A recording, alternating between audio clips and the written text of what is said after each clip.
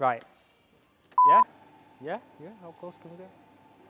You can't do it. Come and do it. Come on. Come on. Right. You ready? Yeah. Okay guys, welcome back to the channel. Today we're going to do something a little bit different to what we've done before. And that is an install video. So what we're going to do is we're going to take this Mark 7 Golf GTI and we're going to install the RacingLine R600 system to it.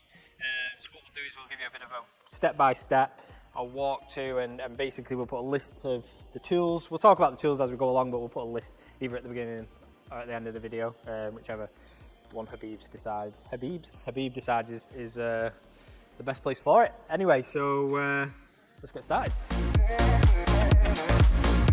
Here's just some of the tools that I've got out that we'll need for this install. Obviously, most important is the MOAM to keep those energy levels up and keep you going through the install. So what we'll do is we'll grab our 3/8 drive, we'll grab our T25 and our extension. So basically we're going to remove the two T25 screws out of the front panel. So there's one situated here and right here. So once they're removed, we're going to detach the coolant hose that runs along the side. We can push this down and out, and we can push this side down and separate it from the front panel. So that's basically all loose.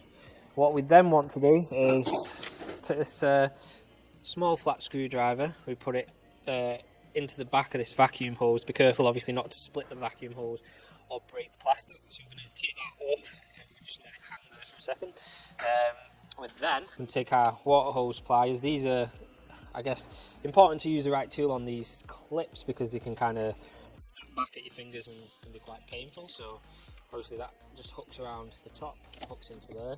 We're just going to move that just to the back there. And going to just separate the hose. And at this point now, the air box is loose. It's literally just holding on by two rubbers. It's one situated under the air box and one situated here just at the side of the air box.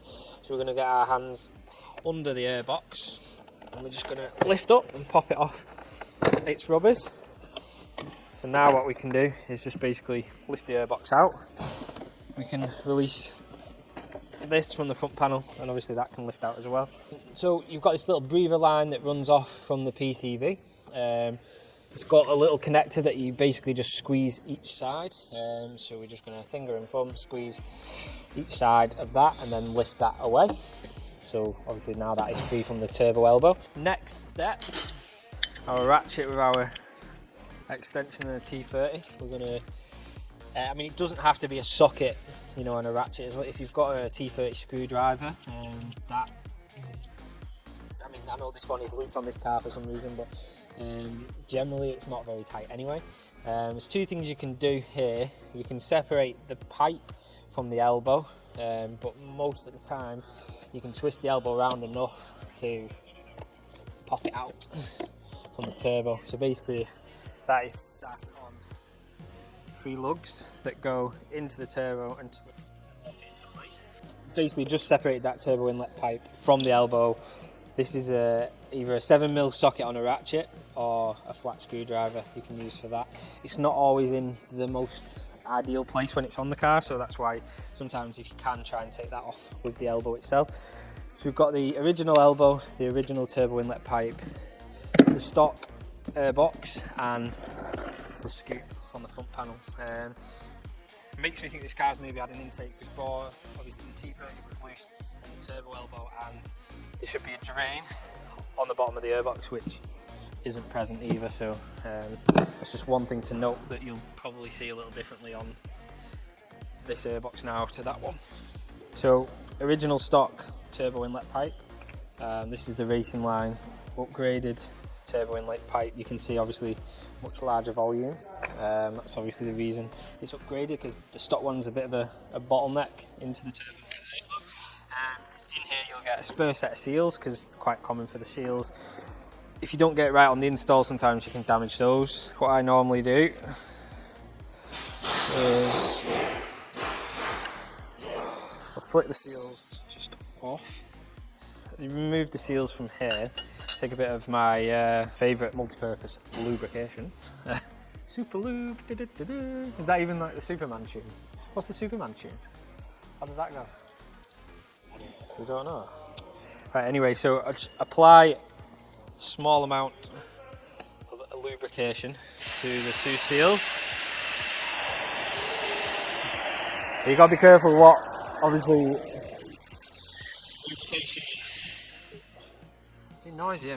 Be careful what lubrication you do use, because some lubrications can react with the rubber and make them sort of larger than they need to be. So, in that circumstance, it will definitely rip when you install it. So obviously you don't want that to happen. So we're nicely lubricated. So we're gonna take this now. Obviously, bearing in mind it slots in. Yeah, bearing in mind it slots in at the back. Make sure you're not dragging, obviously, on the seals. So you make sure that's pushed up against it nicely, and then that turns and locks into place. Next step, just add a bit of that lube to the seal for the breather pipe, and you can pop that back in. So we're going to take our T30 again, and we are going to just nip the bolt to the turbo elbow. Obviously we've nipped it on the back, and what we're going to do, which obviously you don't have to do, is the specification on this bolt is 9 Newton meters from the factory. So we're just going to tighten that to 9 Newton meters. You'll be fine just to give it a nip. You don't want to go too far, because obviously you don't want to snap that bolt into the important part. Is now that the turbo elbow's in, it's time for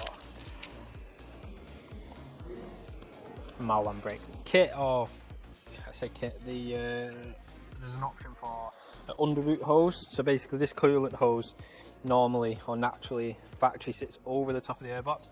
Now you can install the R600 airbox and this sit over the top just fine, but what a lot of people go for is the coolant reroute hose, which basically takes this hose underneath the airbox so that it just looks a little bit nicer in there. So this customer's gone for that. For this one, we want to get access to this coolant line here, so we're just going to pop the under tray off, so it literally just pulls up. This little extra that they don't all have, it just requires a little bit. So you just pop it off the two rubbers, and this kind of like hooks around. It'll be a little bit difficult, but there we go. So just kind of hooks in at the bottom. So we'll remove that as well. The factory hose has a little one-way valve in. Some kits you've got to remove that and install it into the new one. The RacingLine kit has a one-way valve pre-installed, so you don't have to worry about swapping that over. We're just going to loosen these two clips. Sometimes they stick to the rubber, but we're just going to work that back on that one, and the same on this side. Sometimes you've got to be careful, because basically the plastic on these couplers can become weak with a bit of heat cycling, so you just got to be careful you don't put too much pressure on those and cause it to break away. Take that out of the packaging. As you can see, the one-way valve is already in. How that is going to sit against the old one is just like that. So what you need now is fast ninja skills so you don't spill coolant anywhere. Generally, it's a good idea to take the cap off, just release any pressure from the coolant system just to stop it squirting away, and also put that back on tight once you're done. Sometimes the rubber, especially on the metal hoses, will become tight, so you can either try and go down the side of it with a screwdriver, or you can just use a pair of pliers to kind of twist it. Obviously you want to avoid damaging the rubber hose should you need to put it back to stock. So very lightly apply the pressure while turning. You'll feel that start to let go of the metal hose. Swap that over and push that on. Same on this side. So we'll take our 7mm and tighten up our Jubilee clips. So the key is, obviously with a silicone hose, is you want to be tight, but you don't want to be too tight, because if you go too tight, it'll start cutting into the silicone hose itself. Again, on this side, we're going to take that clip, we're going to tighten it up, clean up any coolant that may have spilt. So here we have it, the R600. So it comes in different variations. You can get cotton filter, foam filter, and I believe very soon you'll be able to get a carbon lid. Okay, so you get the two rubbers. You stick a bit of lubrication on them. Pop those in to the bottom of the airbox. As I mentioned before, basically the breather and the drain for the factory airbox is missing. That can be fitted to the bottom of this airbox as well, although it's not 100% necessary. Stick a little bit of lube on those. It's getting a little bit noisy in here right now. So basically hooking that under. We're fitting onto this lug here.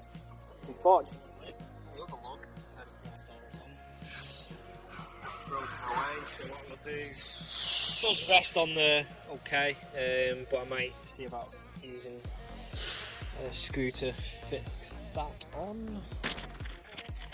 So remove the foam filter, place that into, obviously there's like a, I guess, a channeled section at the back, obviously to hold the filter into the housing. We'll take this vacuum line that we had before, we'll route that figgly bit to find the best route up, so it can be then plugged in to its new location, which is the side of the filter hose. Top.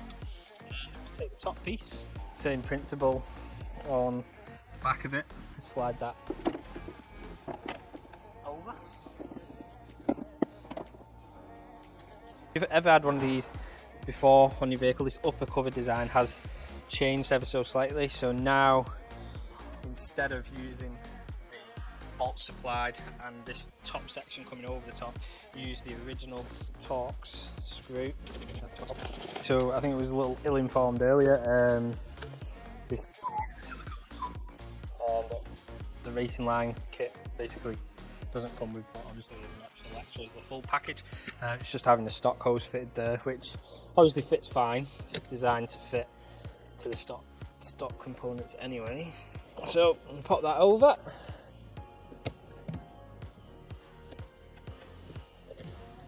Tighten down at the back.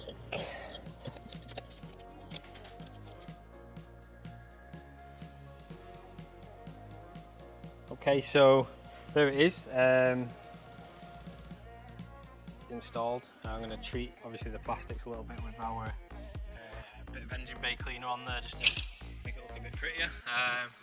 Treat yourself to more MOAMs. But that's it, yeah. Like, share, subscribe, do the dingling as Mark would say. And that's it. Join us for the next one.